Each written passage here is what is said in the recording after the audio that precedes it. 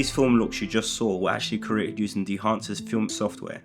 It's a plugin that can be used in your editing software, so in my case I use DaVinci Resolve, but it also works on Final Cut Pro, Adobe After Effects, Premiere Pro, Adobe Lightroom, Photoshop, as well as CapCut. As a filmmaker, skin tones, dresses, locations are everything. So I wanted to put Dehancer to the test with wedding footage that I actually filmed. So Dehancer actually reached out to me to test their desktop plugin as well as the ISO app. Now to be clear, this isn't sponsored. They haven't given me a script or told me what to do or say. This is genuinely my opinion as a wedding filmmaker. So a little about me, my name is Taffy and I'm a full-time wedding filmmaker. And as you can imagine, filming weddings sometimes can be a challenge, from pre-ceremony, the getting ready shots, all the way to the reception, dance floor. The lighting changes throughout the day, obviously from daylight all the way to the evening. Transitioning from not using natural lighting. When it comes to color grading, sometimes can be a bit challenging because you're just trying to get the colors to look as good as possible, but also trying to make your footage look as natural as possible. So this is why I wanted to try out Dehancer and put it in those scenarios to see basically how it can look. Now, if you're thinking about trying Dehancer yourself, or you want to follow along this video at the same time, they've actually given me a promo code you can use where you can get 10% off their products. So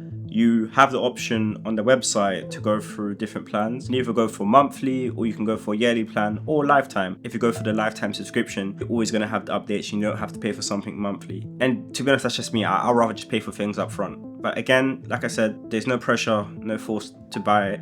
Obviously, watch this video if it's something that you will like to buy at the end of this, great. If not, it's all good. So I'm gonna show you my workflow for Dehancer and how I use it in DaVinci Resolve, which is my preferred editing software. So firstly, as you can see here, I'm in the color tab in DaVinci and I have a bunch of presets I made already using Dehancer's plugin, but I'm not going to talk about it now. I'm going to get back to that in a minute. But the first thing you do is make a few nodes. So what I'm going to do is make 3 nodes, and I'll tell you why. I'll use basically the first node for like white balance, DCTLs. I prefer those, and I'll explain why in a minute. You click the search button here and you just write the word Pro, and then you'll see here Dehancer Pro will come up. Just drag that onto that node there and it'll come. So the first thing that normally happens is that it automatically turns on everything, as you can see. So it looks a bit of confusing and everything. So what you do is just scroll all the way to the bottom of it and just click disable all tools. So it just turns everything off firstly. I think it would be preferred if obviously the Dehancer already had everything already off, but for some reason everything turns on as soon as you click it in. So what I'm gonna do is also close all of these as well, so I can break them down one by one for you guys so you can understand them. Cool, so I've closed them all down now. So basically, we're gonna start for the first one. What I love firstly about Dehancer is that it gives you the option to choose your own camera. So in this case, I used my Sony FX3. So I have obviously the DJI here. So obviously we have some drone footage. This obviously wasn't shot on a Sony camera. This was shot on my DJI Mini Pro 3. I noticed it actually has an option for the Mini 3 Pro DJI, but I've figured out the Mavic 2 Pro works. So that's an option. Normally in DaVinci, if you use DaVinci, it would just be the color space transform, but this is similar. What I like about this is because it's quite color accurate in terms of how my camera looked on the day, you know, compared to, you know, what I'm seeing now. Okay, so firstly, if I wanted to bring down the exposure, if I found out it was too bright, firstly, you can also move the temperature. If you want to make it more cold or a bit more warm, you could.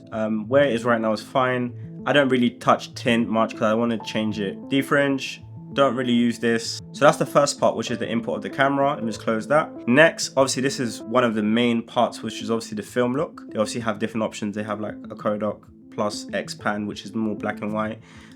They got another one and they got a few others, gold. It's just obviously flicking through and see what works for you. Obviously that one doesn't look too bad. So I've played with a few of them, and what I'm gonna do is just go to the one I've already picked. So, and then obviously with this you can also enhance it or bring it down if you wanted to, but I'm just going to leave it exactly where it is. So with the film developer, if I turn that on, you can see you can basically add some contrast, or you can take down the contrast here, which is also cool. So I'm going to add a bit of contrast to this, for example. And the gamma correction you can also shift as well if you want to do that, bring it down, as well as the color separation you can also bring it down or keep it up. And then color boost, if you feel like you want a bit more colors into it, you can obviously bring that up a bit, which I tend to do with some color boost. Next you have film compression. So with impact, I'm gonna turn this on firstly. You can see firstly what it does is that you can see the impact it makes by affecting the white points, tonal range, and the color density.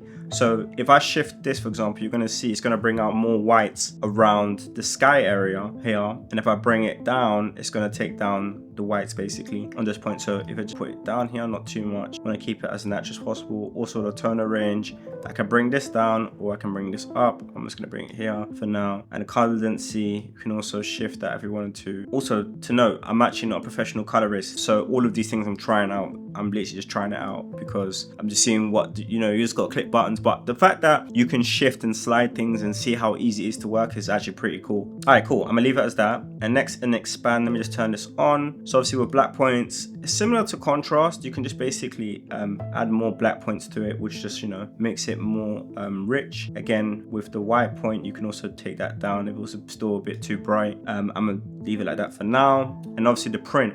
Now this is more about how it comes out after. So linear, which if I enable it, is basically the natural look. If you're going for more of that like film, stronger look, you could use the Fujifilm one print, which again gives it more of, it looks like it adds more contrast. So if I go back, you see it still looks quite natural. Looks like a simple Rec 79 conversion, but if I add it, you can see it has more of a film look to it. So I like this Fuji 3513 print film, but you also have the Kodak 2383 print film, which also has a different feel to it too, and also as the last one here, which is that. So you also have that glossy one. I actually like that too. In fact, I might prefer this. And what I might do is I might bring up the exposure on this one because I like how it looks. And then again, you could also move the contrast, take out some contrast or put some in to leave where it is. Color density you can also shift if you want to. Again, I don't think that really does much, but I can see. Saturation, you could take it down if you want, but I like all the saturation that's in it right now.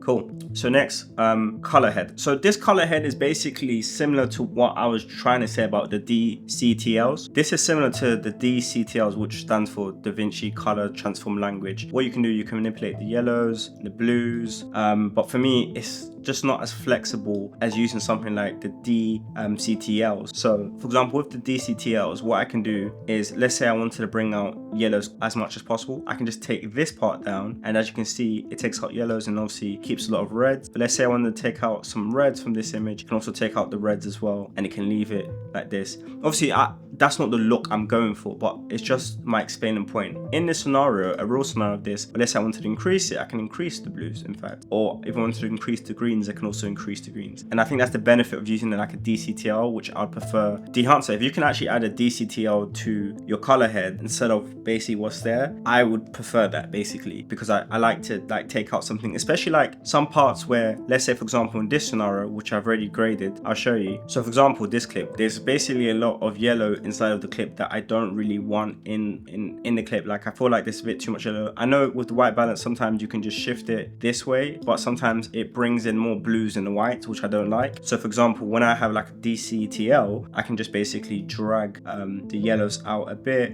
and also I can shift the reds so it's not too red as well at the same time, and also move away the hue so the hue can be more yellow instead of red, and it basically balances out better basically. So next, in film grain, we have film grain. I personally don't use film grain for my films, but if you wanted the choice of using film grain, you could turn it on, and they have many options all the way from 8mm all the way to 65. Again, like I said, I don't personally use this. Even when I used it now, from what I've noticed as well, it actually makes my footage a bit laggy. Not so much, because I obviously have a fast processor.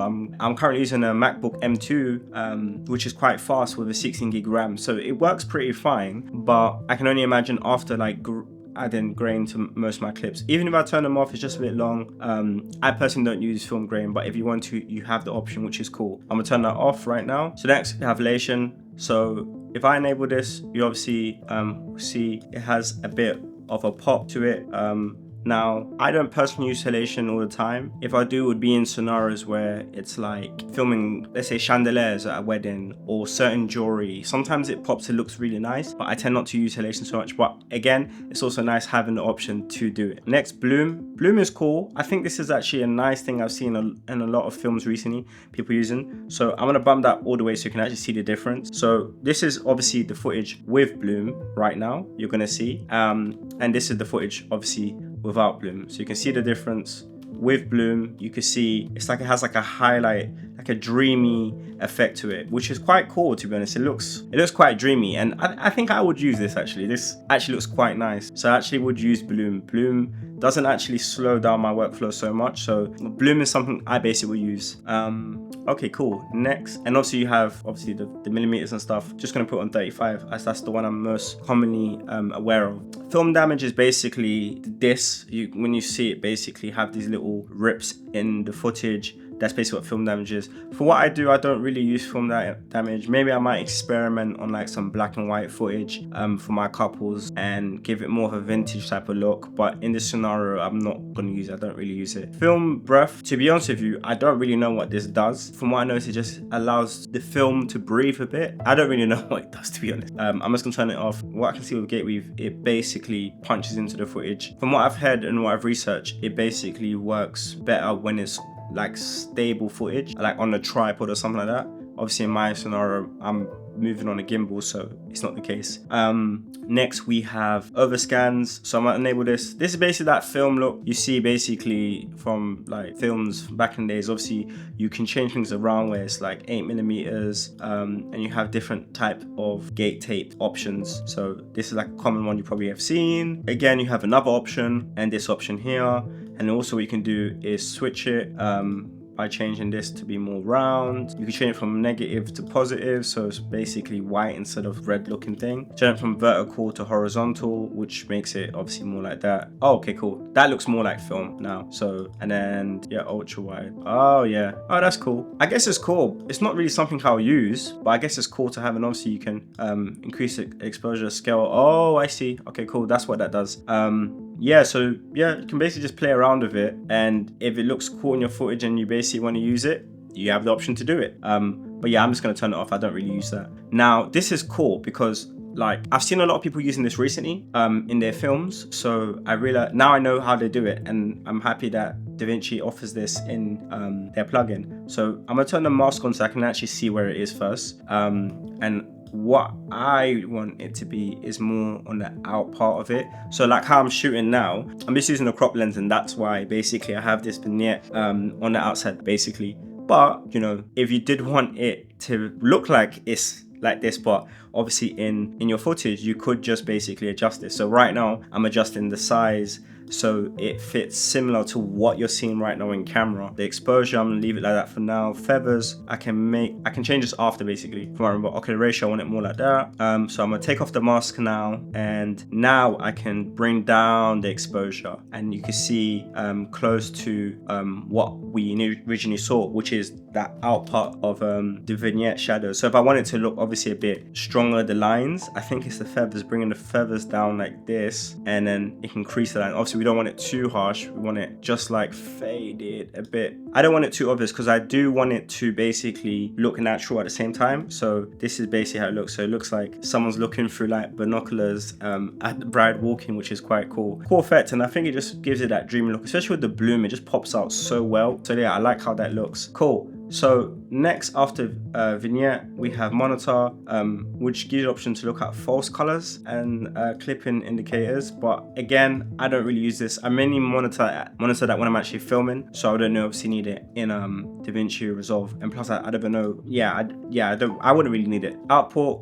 So total output is obviously how much of all of these things I've added I want to see. So I can just turn it right down if I don't want him to see any of it, or I can dim it down a bit, keep up. Obviously, want it at 100% because I've adjusted it to be how I want it to look from what I've seen. So I'm not going to change that. LUT generator. After I finish basically making all this, I can turn this into a LUT basically, and then save it into like my LUT folder here on the left. But I prefer making stills, which are basically like LUTs, but they're presets with all the power grade settings. So if I wanted to tweak like one or two things, I have the option of doing that, and that's why I prefer just making like stills in DaVinci. So obviously I'm currently using normal fast, which just helps my workflow move smoother when I'm editing this footage. If I put high slow, it's obviously high quality, but as you can see, it's going to be a little bit jittery when I'm basically trying to edit. So I prefer this setting to be on normal fast, and that's literally all the settings, guys, in Dehancer, which is really cool. After you make all your settings, the good thing about it, like I mentioned, is that you could just right click and grab still. So as you can see, I've just saved this there. There's obviously one there from before,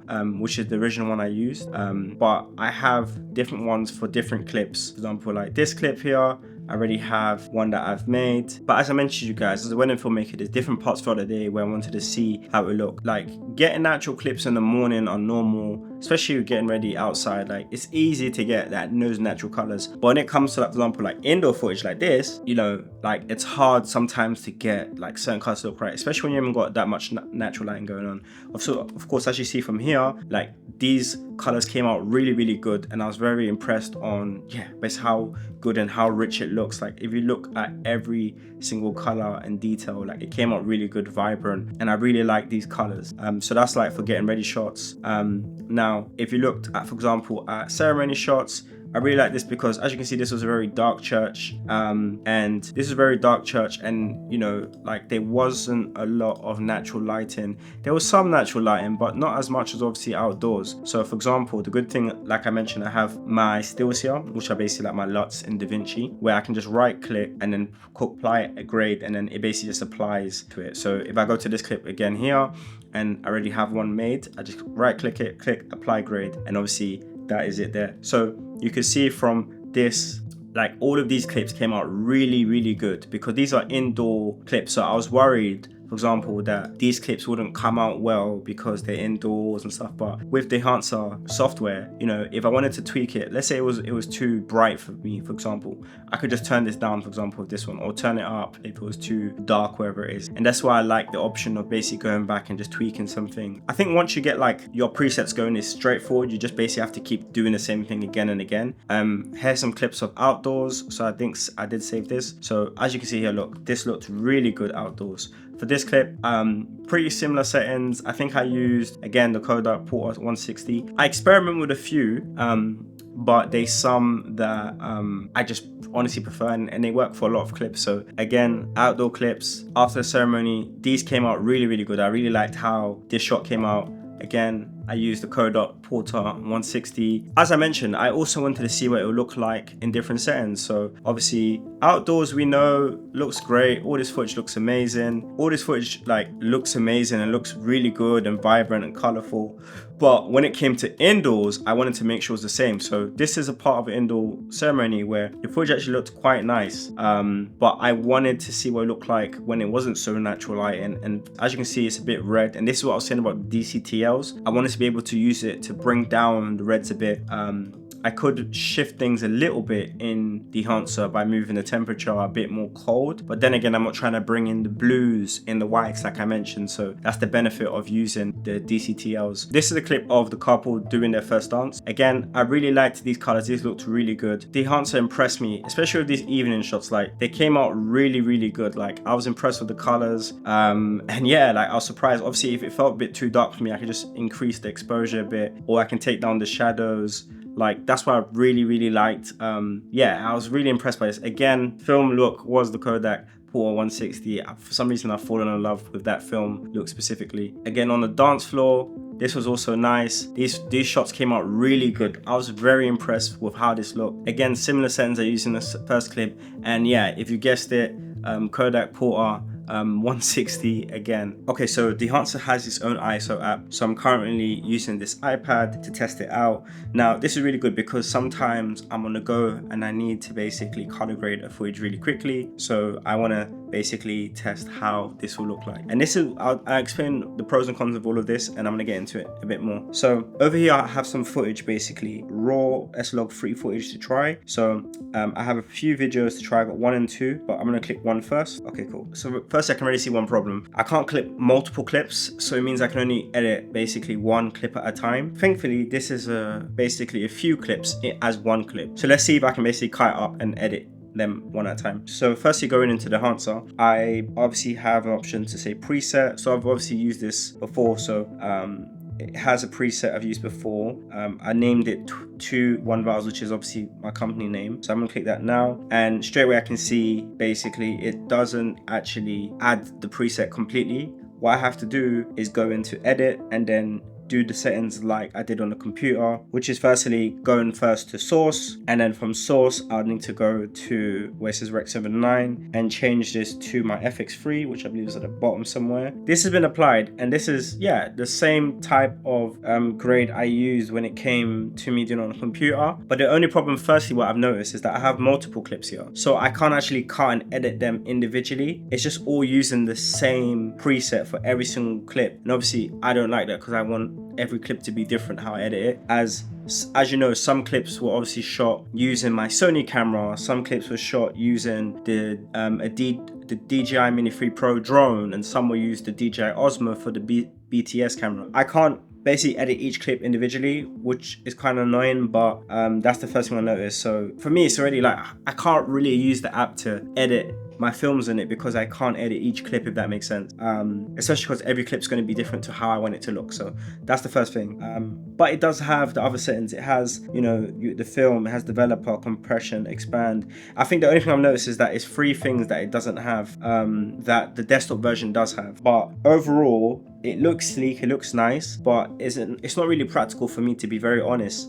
If it did have a way for me to cut the footage and edit certain scenes, that would be great, if that makes sense. Maybe it does. Maybe by the time you're watching this video, it probably does that. But as of right now, it doesn't for me. But it's cool. Overall, like, I normally edit on my screens anyway, because obviously I have my monitors, they're bigger, and it just helps my eyes to see compared to an iPad. But I think it is great having options on an iPad. I think where it would work for me if I use like an iPad is if I'm on the go and I had to edit a video where I only shot one scene of me. So let's say I'm filming like BTS of me at a specific event, and everything was the same, consistent colors, and everything was, and I was staying in the same room, whether it was outdoors or indoors, and I can just grade that footage. Great, I think that works. But if I'm moving into different locations and places, it's going to be hard to grade the footage overall, because I'm going to need to make some parts brighter, lighter, change some colors a bit, and obviously I won't be able to do that through the ISO app.